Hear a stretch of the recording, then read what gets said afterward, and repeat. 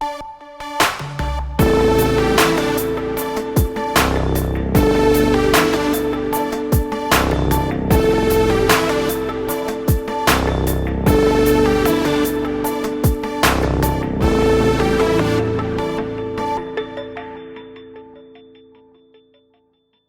everyone. Welcome to Let's Go Up podcast edition. Yeah, where we explore the mysteries of the kingdom of heaven. We are your hosts. I'm Dean. Caritas. Caritas. Yow. Yow. So how you been? Good. Yow. Speaking of Icelandic, we just got back from a little holiday. Okay. Drove up to Saskatchewan, a couple provinces over. This is a big deal for me because I have never traveled through Canada. So we're in Alberta at the museum, the dinosaur museum. You went to the Tyrrell Yeah, that's the museum. one. That's the one. And my husband is wearing this shirt with the Icelandic flag on it that my sister had gotten him for Christmas one year. Really? And this man just hops out of this go-kart thing and just starts speaking Icelandic to him. Okay. And of course, I just back up and just let the whole thing happen. He lives in Manitoba. There is a colony there, like a town. Okay. Icelandic colony in Manitoba. Yeah, and he also... Well, it is cold there. Yeah. We're drawn to the cold. Yeah. That was just so random. The last thing we thought would happen at the Dinosaur Museum in Alberta. So what were your impressions of the dinosaurs? They were pretty old. Yeah. Yeah. I felt so young and youthful in that room. I bet. I grew up about 15 minutes from there. Wow, that's crazy. Yeah. That's a crazy place. Just farmland fields, and then suddenly you're in this crazy deserty, there's cactus, there's this valley, and these big, what are those big rock structures? Hoodoos? Yes, hoodoos. Yeah, just unreal. We grew up crawling around on those things as kids. It's like another planet. It is another planet, yeah. Fun place. Yeah. Saskatchewan. You guys were right, the bugs. I did not stick my head out the window with my mouth open, like I said, because you had warned me. But there was this one section where there were just a lot of these little tiny butterflies, and it was a butterfly massacre. I'm telling you, you couldn't drive without these poor, I don't know why it's more painful when it's a butterfly hitting your windshield. But there were no mosquitoes on the entire trip, which was amazing. And we got the Northern Lights in Saskatchewan on our first night. Okay. So God's like showing off. Did you go through Lake Louise or? Yeah. We went up to Lake Louise. Beautiful place. Glacier is shrinking quite a lot, so I hear. So got to see it while we can with the color. But you're home. But we're home. Yes. It was 3,000 plus kilometer journey. Oh, what did Jesus say to you on the trip? He was just there the entire time. It was, So this family that we were visiting, they've been very active in our life, especially with praying in faith for our son and just like very loving and just very Christ-like. And we haven't seen them for a whole year. And we show up and our son remembers them. And he's nonverbal. And so it's hard to know what he remembers and knows. And he just started to try to speak. We just noticed this shift, the environment of being around people who consistently pray in faith. It felt like we were traveling with Jesus. So, and now here we are. Here we are back at Let's Go Up. Back at Let's Go Up, yes. So we have a topic. We do have a topic. Today we're going to talk about the glory of God. The glory of God, yeah. Like only the best subject ever. Seriously. You can never talk about the glory of God too much, in my opinion. Yeah. So if this podcast is encouraging to you, maybe consider hitting like and subscribe. I heard 85% of people do not hit subscribe for whatever reason. Okay. But if you want to be notified when a new podcast comes on, you'll have to do that. Mm-hmm. Or be one of the 85%, but That's right. I came across a couple of scripture verses which inspired me this week. Habakkuk 2:14, for the earth will be filled with the knowledge of the glory of the Lord as the waters cover the sea. A sister verse to that, Numbers 14:1, but indeed, as I live, all the earth will be filled with the glory of the Lord. So right from the beginning, it was God's design that the earth be filled with his glory and with the knowledge of his glory. But how many times do we even hear people talking about the glory? Most people don't really even know what it is. There's no knowledge of it. That is something that you just really don't hear talked about. No, you don't. Yeah. I mean, a lot of times when we're in gatherings or whatever, you'll hear somebody sing about the glory, Or maybe you'll hear somebody mention, oh, that glory was strong tonight or whatever. But actually talk about the glory of God, where it came from, what it is. The knowledge of the glory has not filled the earth yet like the waters cover the sea. Knowledge of a bunch of other things. That's right. But so many people having their eyes drawn to so many other things. And this week, the Father just impressed on me, Dean, put the phone down. First thing in the morning, come and put your eyes on me. Leave all that other stuff aside. Because there are so many theories out there.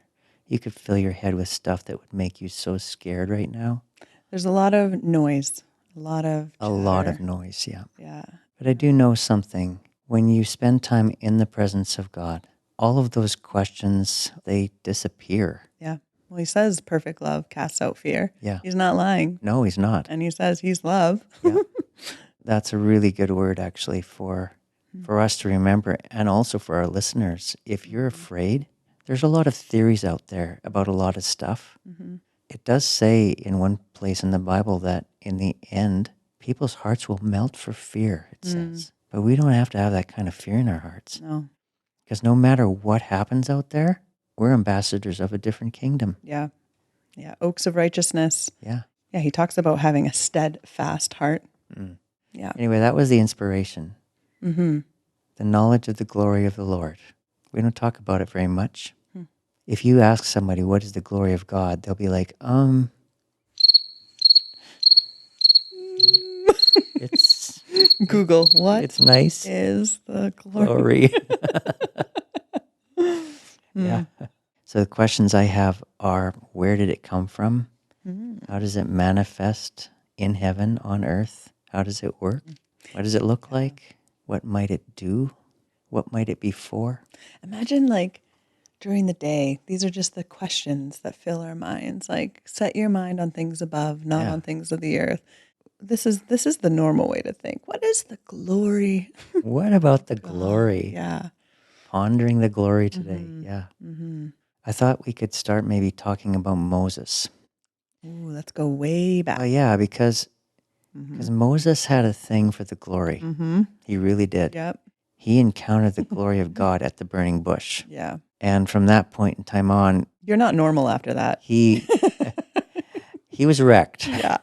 Yeah. Things changed. Things changed. And, if we think about the burning bush, I mean, I'm not going to go back and read the account of it, but I think Moses learned some stuff too about the glory of God, because the first thing God told him was to throw down his rod and take off his shoes. When it comes to the glory of God, somehow I think that's huge. I don't know why. To me, it speaks about the glory of God has its own agenda. You take your shoes off in the desert, you can't go anywhere.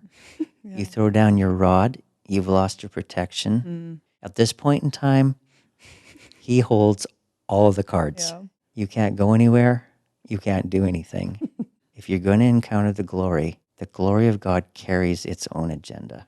So I think Moses learned that about the glory. He encountered the glory on numerous occasions as he went along, but he learned the heart behind the glory. God actually came down on the mountain there, right?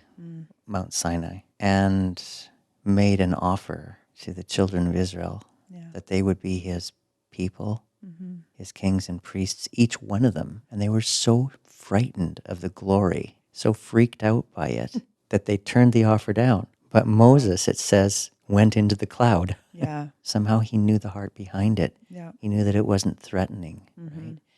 And he entered the cloud.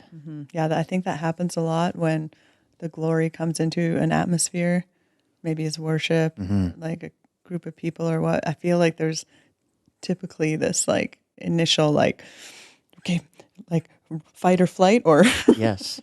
or do something. Didn't they do that on the Mount of Transfiguration? They just, let's build some tents or something. Let's do something. Yeah.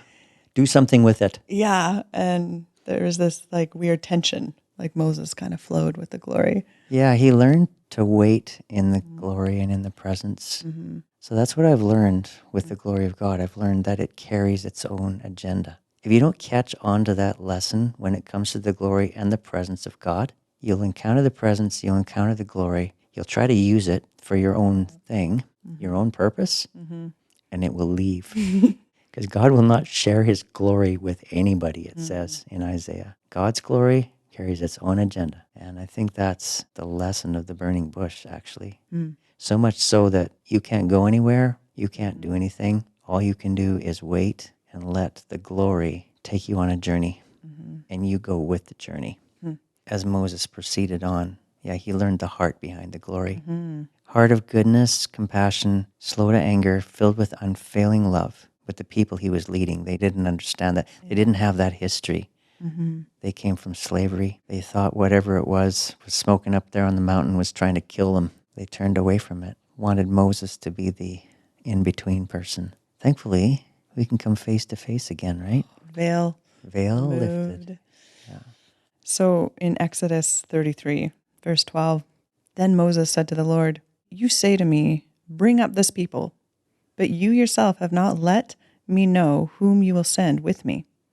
Moreover, you have said, I have known you by name, and you have also found favor in my sight. Now then, if I have found favor in your sight in any way, please let me know your ways so that I may know you, in order that I may find favor in your sight. Consider too that this nation is your people. And he said, my presence shall go with you, and I will give you rest. My presence shall go with you. So Moses was saying, if you're not going with us, we ain't going. Yeah. The Lord says, my presence will go with you, and I will give you rest. So presence and rest. Yeah, they're always tied together. Yeah. Then he said to him, if your presence does not go with us, do not lead us up from here. For how can it be known that I have found favor in your sight, I and your people? Is it not by your going with us, so that we and I, your people, may be distinguished from all the other people who are on the face of the earth? That part I found kind of interesting. I felt like God had said to him right before that, my presence will go with you and I will give you rest. And it's almost like Moses is like, well, we need it to go with us. Yeah, so that's, I think, what was happening here is the Lord said to Moses, my presence will go with you and I will give you rest. He was speaking to Moses. Moses took it and he said, no, I want your presence to go with us, corporate. And I feel like Moses knew the heart of the Father. Even that thought, that statement was the heart of the Father. Like, it's like when he said that, it's like, yes, that's my heart. I always find it interesting how this is right after the golden calf thing had happened. Yeah. Fiasco. Fiasco. God was talking about wiping them out and just starting over with Moses. And so God's favor was on Moses.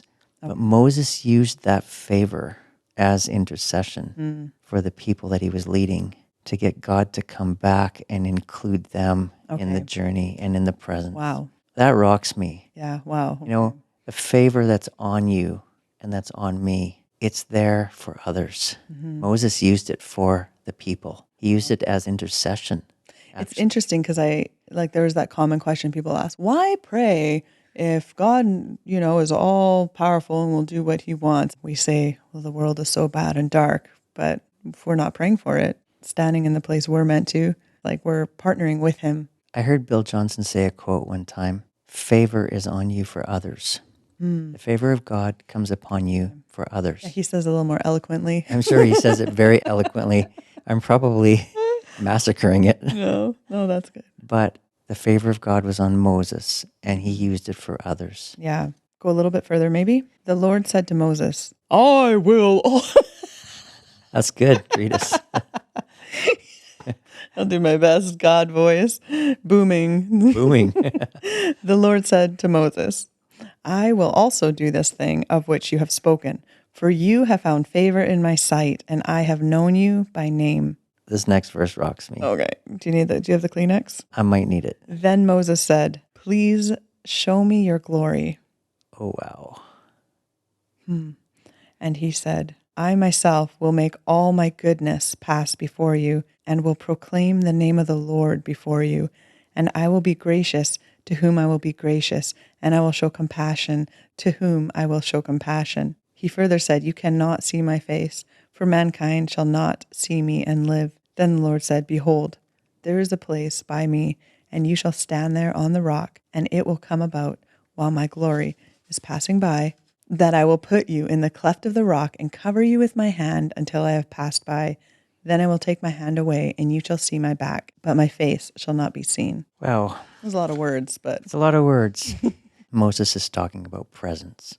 He's saying, let your presence come with us. And then he talks about, God, show me your glory. God responds with saying, okay, I'll show you my glory. I'll make all my goodness pass before you. Wait, I said your glory. Yeah. I'm going to make my goodness pass before you.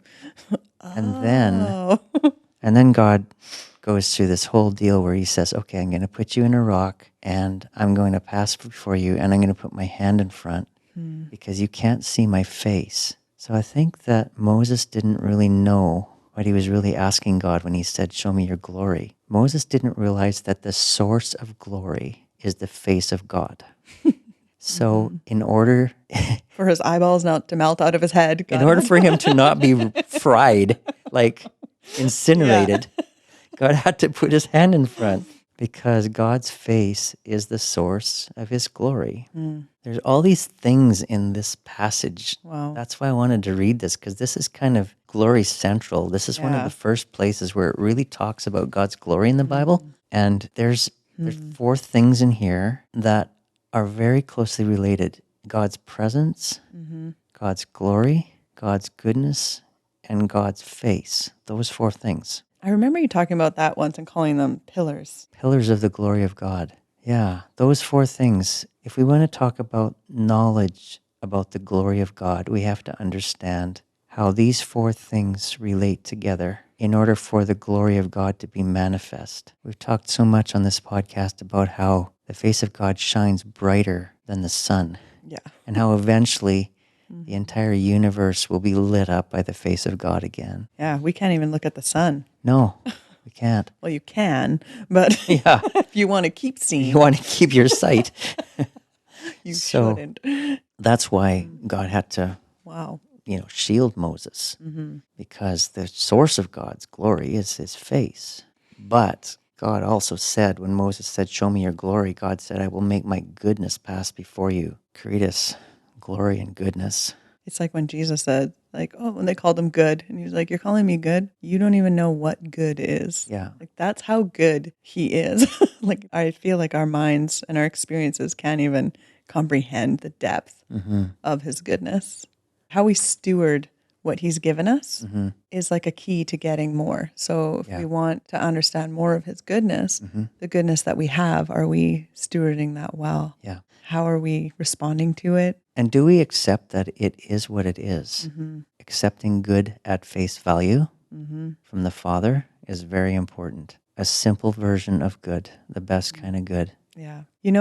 I saw this little video this week, someone on my Instagram. It was a short little clip of her daughter on her 3rd birthday and her husband, so the little girl's dad. It was just this short clip of this affectionate moment between them. She's sitting at the table with her little cake, and he's just leaning in, and he's so tender and so patient, and just the little girl grabs his face, kind of kisses him. They look at each other in the eyes. It was just this tender, safe, beautiful father-daughter moment. And there was so much goodness and simplicity and the freedom that little child felt. Nothing missing, nothing broken. Yeah. The goodness of God is a manifestation of his glory. It's one of the ways that his glory manifests on our earth. It's not just what he does. It's his core nature. Goodness is his nature. Glory is his nature because he's made out of light. I've spent a lot of time in the glory of God. There's no shortcut to spending time. And the more amount of time that you spend in the glory and in the presence of God, the more that you understand the presence and glory is actually not a thing. It's relational. There's some safeguards built in to the glory of God and its manifestation. And there's reasons why it works the way that it does. Because it's actually a person. It's life. Wow. If it's light, it's living light. So it's a life force. Wow. And for that reason, it carries relationship with it, right? In my personal experience, the presence of God is a warming effect on a room or an atmosphere. It manifests like that, or a weighty presence in a room. Yeah. or a weighty presence on your heart. It's more of an atmospheric type effect. The glory of God, in my experience, actually manifests things like smoke or cloud or light, pillar of light. It actually manifests physical characteristics. And then God's goodness proceeds from that as a manifestation as well. It's one of the manifestations of God's glory. And it all comes from the face of God. Because, Karitas, the Hebrew word pane is translated in the Bible two different ways. Sometimes it's translated presence and sometimes it's translated face. So I wrote down two verses here. I just wanted to read them. Psalm 16:11, you will make known to me the path of life. In your presence is fullness of joy. In your presence, pane. Psalm 27:8, when you said, seek my face, my heart said to you, your face, O Lord, I will seek. When you said to me, seek my face, pane, exact same word. So why one place is it translated presence, and why one place is it translated face? When the face of God is turned towards you, or towards me, or towards an atmosphere, or towards a room, you're going to know his presence because his presence comes from his face. I don't even know why they translated someplace face and someplace presence. Yeah. It seems random almost. Maybe they didn't know which one to pick. Yeah, they didn't know which one to pick. Face, presence, face, presence. Yeah, exactly. I think that's what they did. It's actually the same word. It's identical. Okay. No difference. Yeah. Not even a punctuation mark difference. Yeah. It's exactly the same. When Moses said, let your presence go with us, he might as well have said, let your face go with us. Wow. I wrote something out. These are my own words. If I were going to give a definition to the glory of God, this is what I would say. What is the glory of God? It is a substance that materializes from the face of God, which shines brighter than the sun. It is a light in its most perfect form, but it is more than light. It is such a perfect light source that its manifestation creates atmosphere with it. The light and atmosphere that is created is charged with life. It is the source of all life. It is life-filled light. It's actually light with substance attached to it. And that substance creates an atmosphere. And in heaven, the glory of God is the atmosphere of heaven. Some things in heaven are very different. In fact, heaven in a lot of ways is opposite to the earth, right? Especially the mindsets of heaven. Yeah. The mindsets of the kingdom of heaven. Very different from the mindsets of the kingdom of the earth. But glory, it can be in both places. It can exist in heaven, and it does, and it's part of the atmosphere there. But it can also manifest here on earth. So glory can go both places. Yeah. And that's the cool thing about glory. It crosses over both worlds. It's one thing that goes back and forth. Wow. And so if we're carriers of this glory, the rooms, the workspaces, the environments we enter into, the conversations we enter into, the atmosphere, it should change. It should change. Yeah. Because God's initial plan, he wants the glory of God to cover the earth like the waters cover the sea. So he wants the whole earth to be filled with his glory. And we get to be a part of that. Yeah, we do. Which is just mind-blowing. The thing I find so cool, too, about the glory is darkness can't stay in the same place. No. You see in these environments, you go into the discomfort that sometimes arises. Yes. Without even a word. Yeah, because glory is light, which casts out darkness. You turn up the light. Yeah, darkness really, it's not even a thing. No, darkness doesn't even exist in the presence of light, right? Yeah. We carry it in our earthen vessel. Yeah. We carry glory in us. When you think about the throne room and the angels circling the throne and the elders casting their crowns, like there's a lot going on. Yeah. And it's just total unity. Like they're all focused on him. That's like the only thing on their mind. We are seated with him in heavenly places. Can we live on this earth so focused on his glory like they are in heavenly places that all the other stuff going on around isn't penetrating? If you encounter his face, his presence, his glory, what else can even all the questions close? Are answered, and he carries the agenda.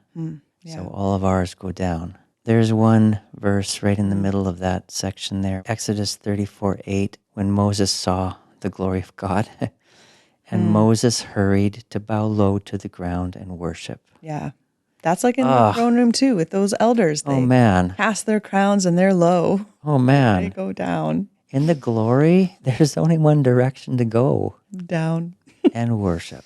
Wow. Bow down and worship. Because that atmosphere of life, that glory, that holiness, all that's needed to inspire worship. You sent me a song this week, and all it was like one sentence. When the glory is in the room, nothing else matters. Yeah, nothing else is needed. Nothing else is needed, yeah.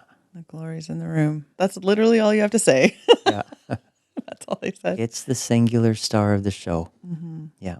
There was this part where he says, God told Moses that he could not see his face and live. Yeah. And I was thinking about Jesus when I read that and how he said in John 14, but you know him, for he lives with you and will be in you. Soon the world will not see me anymore, but you will see me because I live, you also will live. Here to Moses, you cannot see his face and live. And then there's Jesus in this excellent new covenant. You see me, and because of that, you live. It's the opposite. Yeah. And so in 2 Corinthians 3, he talks about the glory of the new covenant. Right. So I see in Moses, you can't look at me, you will surely die. And Jesus says, you see me, and because of me, because I live, you live. Like, just like the differences there. And he talks about the glory of the old covenant, but then the even greater surpassing glory of the new covenant. Well, it says in that passage, it says that in the day of Moses, he had to put a veil on, but the glory was fading, and then it would have to be charged up again. Yeah. But it says with us, it's increasing, it's ever increasing. Yeah. That's just mind-blowing. What do you say about that? If the ministry of condemnation had glory, the ministry of righteousness exceeds much more in glory. And I love the way the Passion words it. We can all draw close to him with the veil removed from our faces. With no veil, we become like mirrors, brightly reflecting the glory of Jesus. We are being transfigured to his very image as we move from one brighter level of glory to another. Oh, wow. Haggai. The glory of this latter temple shall be greater than the former.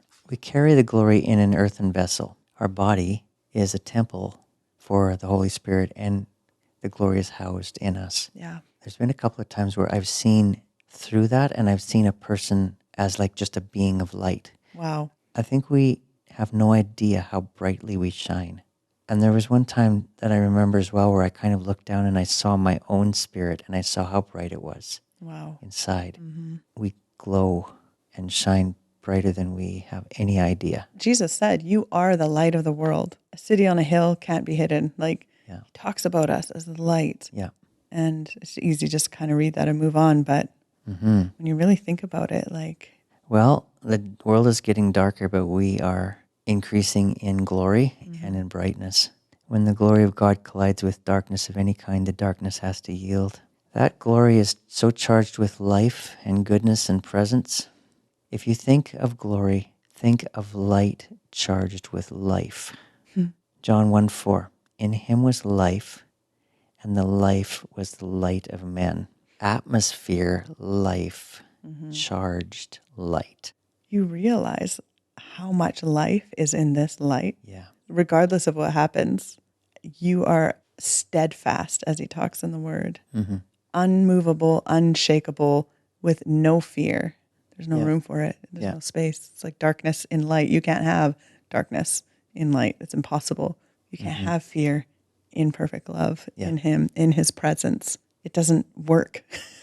So I think it's important that we realize that the glory of God, he's very sharing.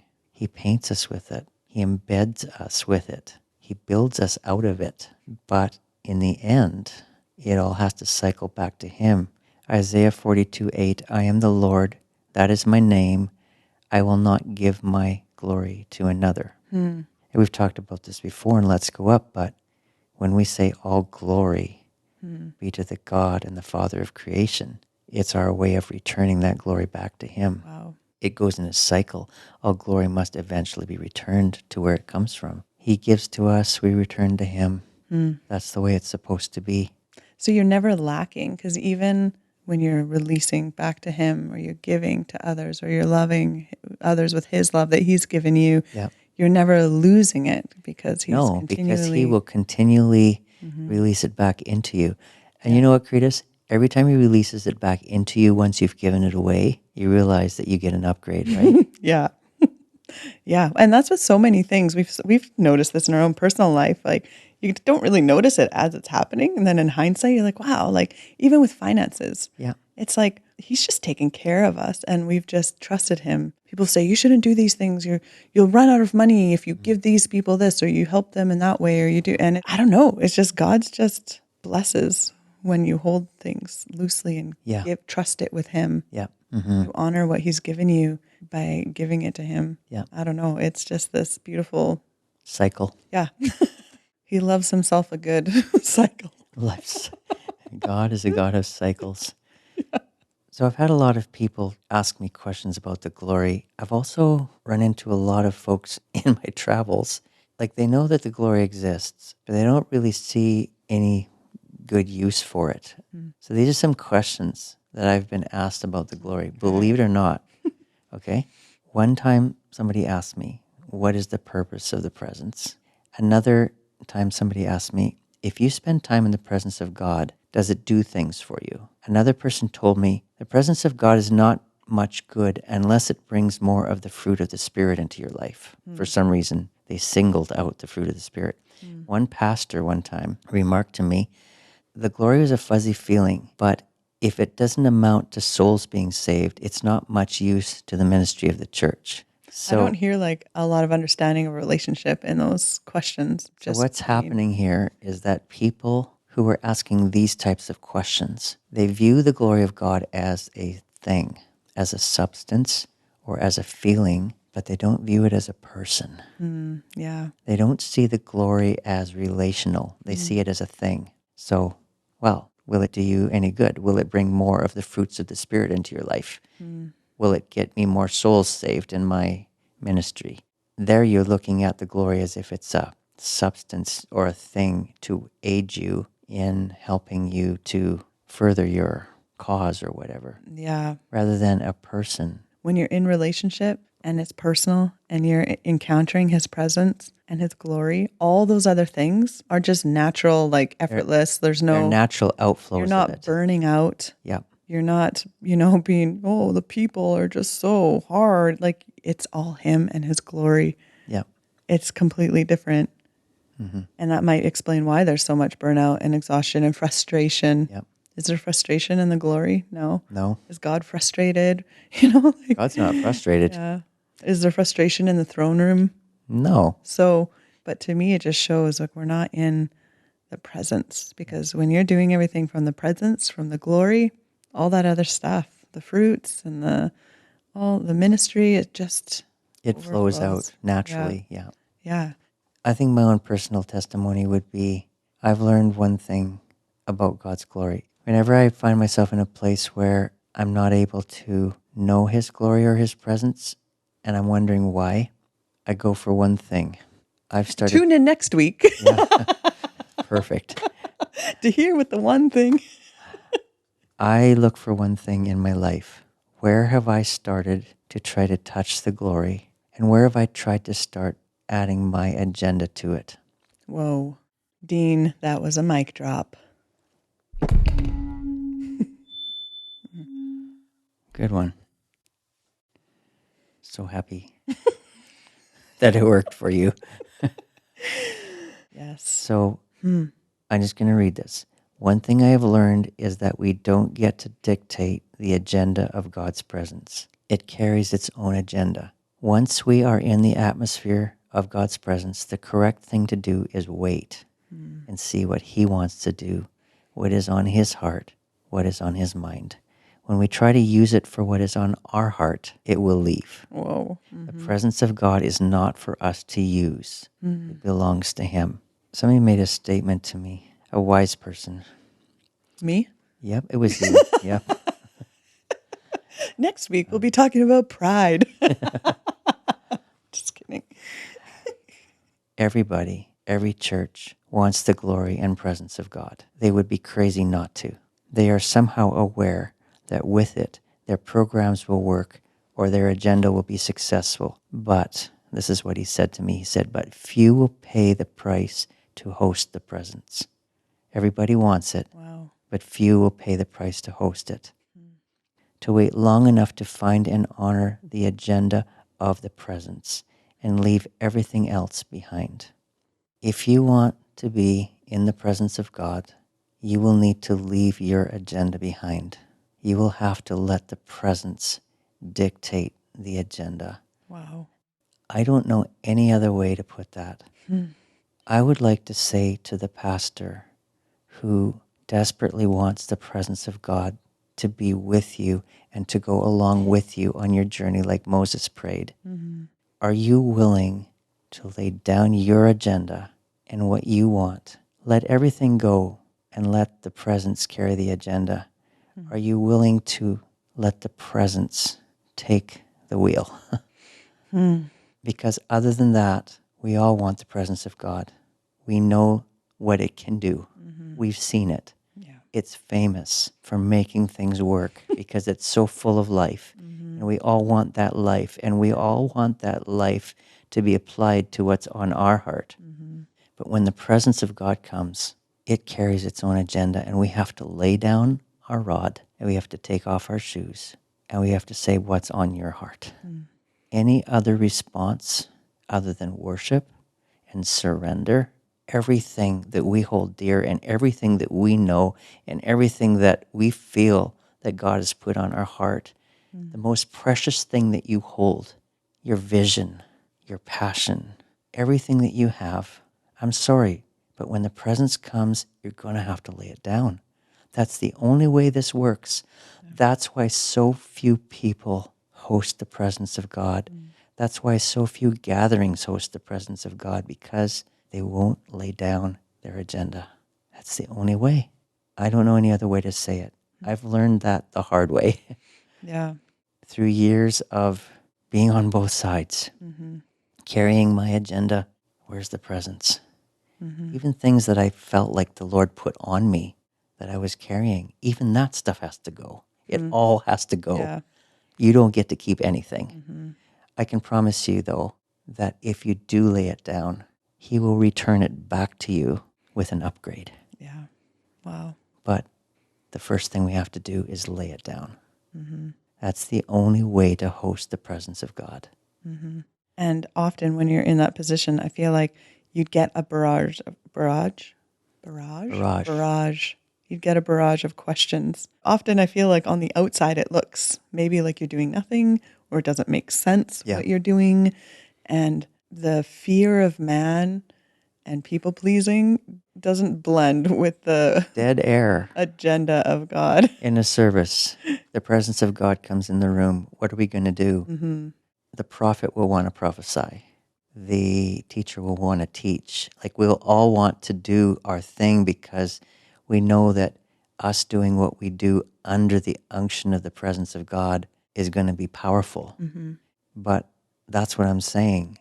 No, don't do that. Don't do what you do.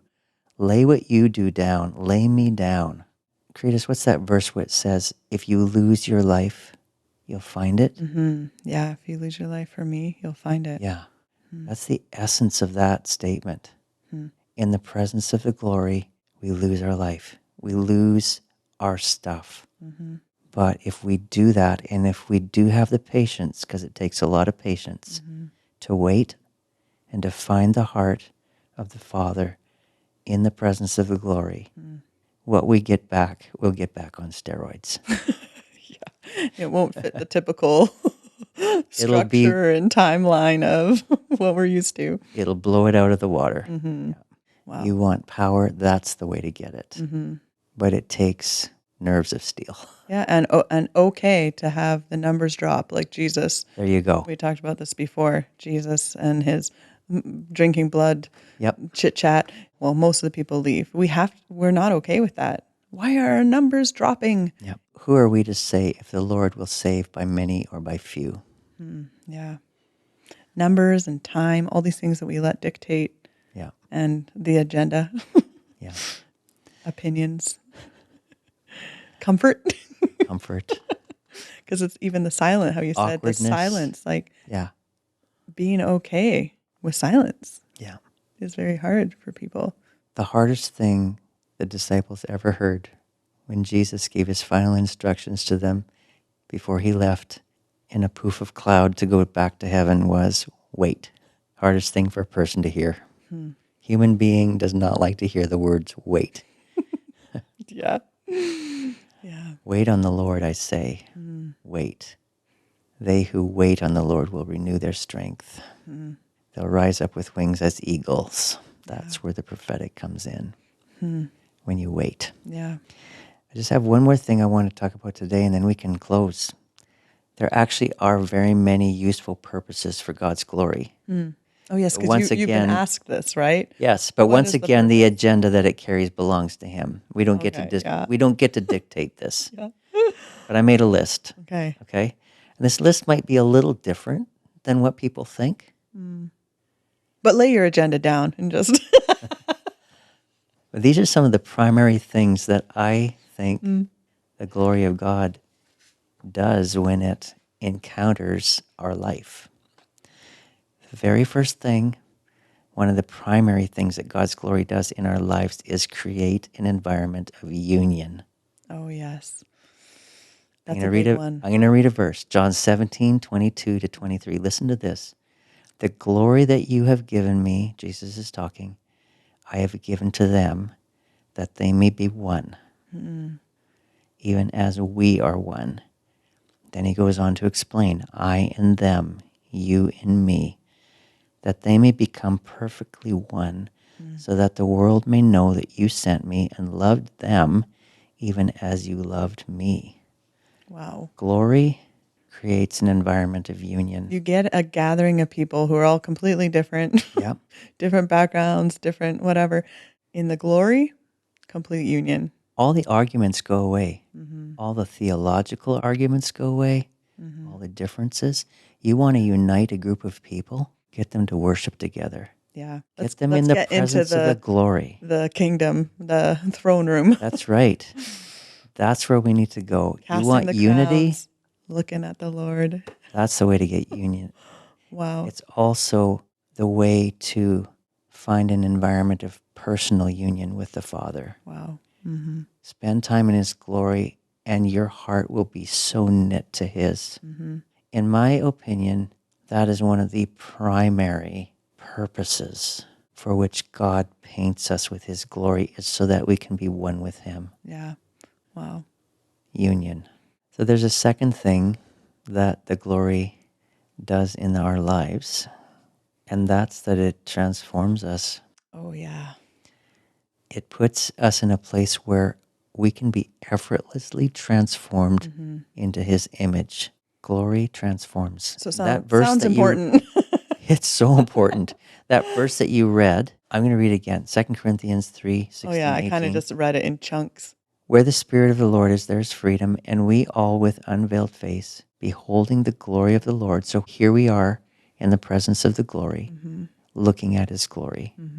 We are being transformed. It says it pretty plain. We are being transformed into the same image, into His image, from one degree of glory to the other. It's almost like it's black and white. Almost like it's black and white. You want transformation in your life? Come into the presence of the glory of God. It'll change you into His image. That's another thing that the glory does so well. Listen to this. Transforms us. 1 John, verse 3, Yeah. chapter 3. When He appears, we shall be like Him, because we shall see Him as He is. And the Amplified adds, in all His glory. Oh, wow. It's a mic drop moment. That's good. We see Him as He is. We see His glory. We're changed into His image. Yeah. And we don't have to wait for that. That can start right now. Another thing is when we worship the Father, we become involved in a glory exchange. The cycle. Yes, the cycle, Yep. of course. So we return glory back to Him, gives the glory back to us again, paints us with more of it. And if we want to increase in glory, that's one way. Give it to Him. He increases it on us. Continual movement of glory. Well, here's some other things that may happen in the presence of the glory. All types of miracles. Yeah. all types of healings. That makes sense because a lot of times if you're experiencing a miracle or healing, there's often like a feeling, warmth or pressure or whatever people describe that seems quite consistent with the glory. The enemy fleeing, of course, because the demonic and they would just see Jesus coming and start getting agitated. Someone was telling me this. She was really bothered just recently, like last week. She was really bothered because she was walking down the street and someone started like screaming and yelling at her from afar and just like getting really agitated, and she was scared, and she's sharing this like, it's just been bothering me. I'm like, you're carrying Jesus. The demons did that to him. Like from afar. We were just like freaking out. She's like, oh, I never considered that. It's like everywhere you go. There he is. No kidding. Another thing that will happen where the glory is the kingdom of heaven will advance. Ooh. Because the glory is the atmosphere of the kingdom of heaven. They breathe glory in heaven. Supernatural supply. Did you know that the word glory in the Bible is the word kabod? And it doubles in a lot of places when they're talking about the glory of the temple. They're talking about its beauty and its wealth. Oh, yeah. So the wealth and the supply of God is also contained in glory. The glory, the presence, the goodness, the face of God turned towards us. Therein lies the blessing on our life. So good, Karitas. So, okay, let's do our ending. Thanks for joining us today. Hope you enjoyed this conversation as much as we did on the glory of God. Yeah, may the Lord bless you and keep you and make his face shine upon you. Oh man, his face is going to shine upon you. That means his presence is going to shine upon you. That means his glory is going to be with you. And that means his goodness is going to be manifest in your life. And so it's going to be a great week. It is going to be a great week. See you next week, guys. Have a great time. Bye.